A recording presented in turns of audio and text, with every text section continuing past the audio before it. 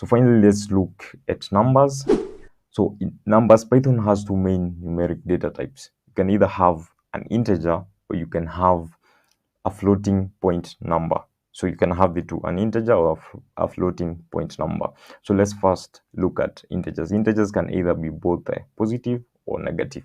Let's create another file here and have integers.py.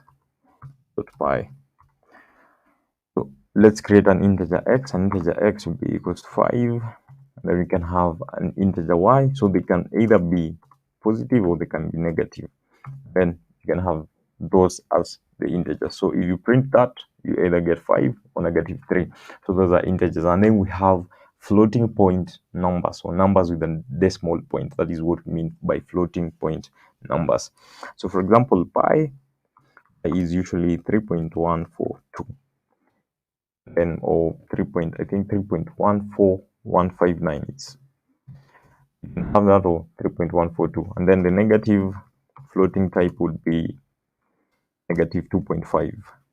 That is also nice to note. So you have integers which can be positive or negative, and they can either be, the numerics can be a floating that has a decimal point, it can be an integer. So those are just numbers. So let's do some basic arithmetic before we go into Boolean. So for example, in Python, you can do a minus. So let's have an integer a, which is 10. Also have an integer b, which is 3. I think 3 would be good. So let's do an summation. Summation add will just be a plus b, just the same way you do arithmetic in math. It's the same way we do it in Python. A subtract would be a, which is larger, minus b.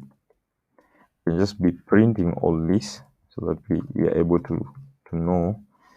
So we can have the a string, then let's have addition.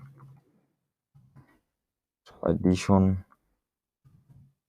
and addition will be add. Let's go ahead down here. Let's have the subtract. I can have f, then subtract would be subtract.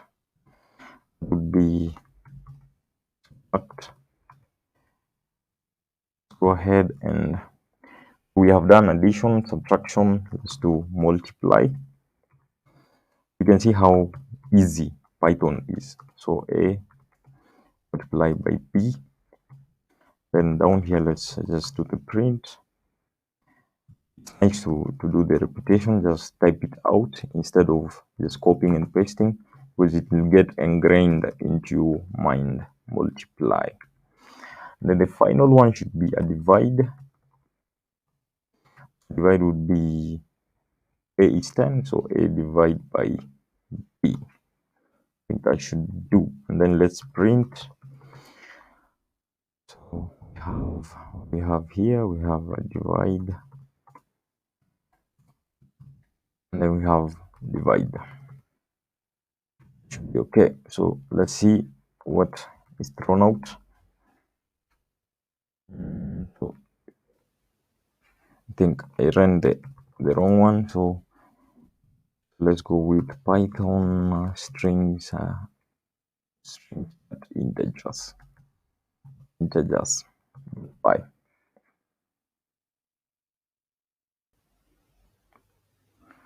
Multiply is not defined. Let's see. I had a typing there, so let's go.